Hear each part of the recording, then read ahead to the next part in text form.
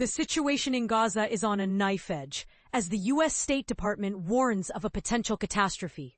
Hamas, the Palestinian militant group, is allegedly preparing an attack on civilians, a move that could shatter the fragile ceasefire agreement. This claim, based on credible reports, has sparked concern among mediators and guarantors of the peace process. The statement from the U.S. State Department on Saturday revealed their belief in Hamas's role in it. Imminent attack on Palestinians, a direct breach of the ceasefire. This attack, they argue, would not only violate the agreement, but also undo the hard-fought progress made through mediation. However, the department did not elaborate on the nature of the attack or the sources of their information, leaving room for speculation. The ceasefire, currently in its initial phase, has seen the release of living hostages and the return of deceased hostages' bodies to Israel.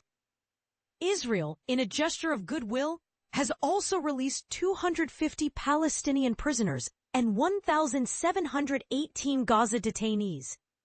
The U.S., as a guarantor of the peace agreement, has notified other parties, including Egypt, Qatar, and Turkey, and urged Hamas to respect the ceasefire terms.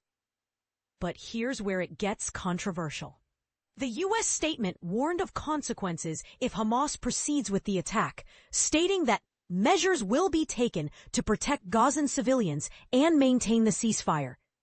This raises questions about potential military intervention, especially considering President Donald Trump's earlier comments. Trump, in a social media post, threatened to kill Hamas if they continued to target civilians, though he later clarified that U.S. troops would not be sent into Gaza. The situation is further complicated by recent events. BBC Verify recently authenticated videos of a public execution in Gaza, allegedly carried out by Hamas gunmen.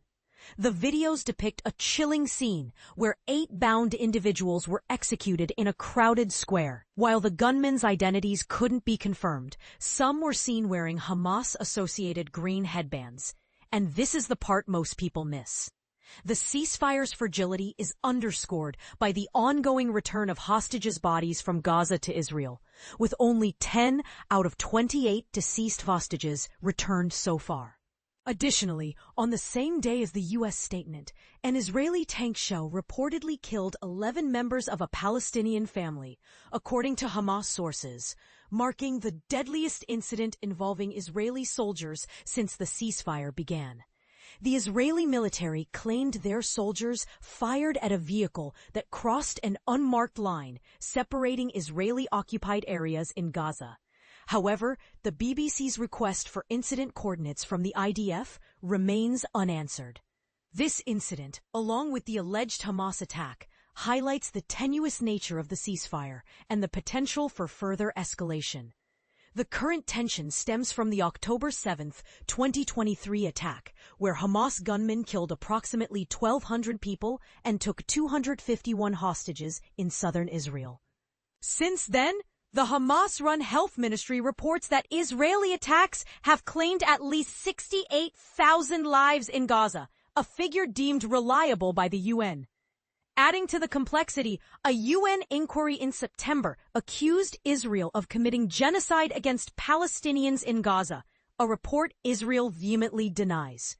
What are your thoughts on this complex situation? Do you think the U.S. warning is justified, or does it risk escalating tensions? How should the international community navigate these sensitive issues to ensure a lasting peace?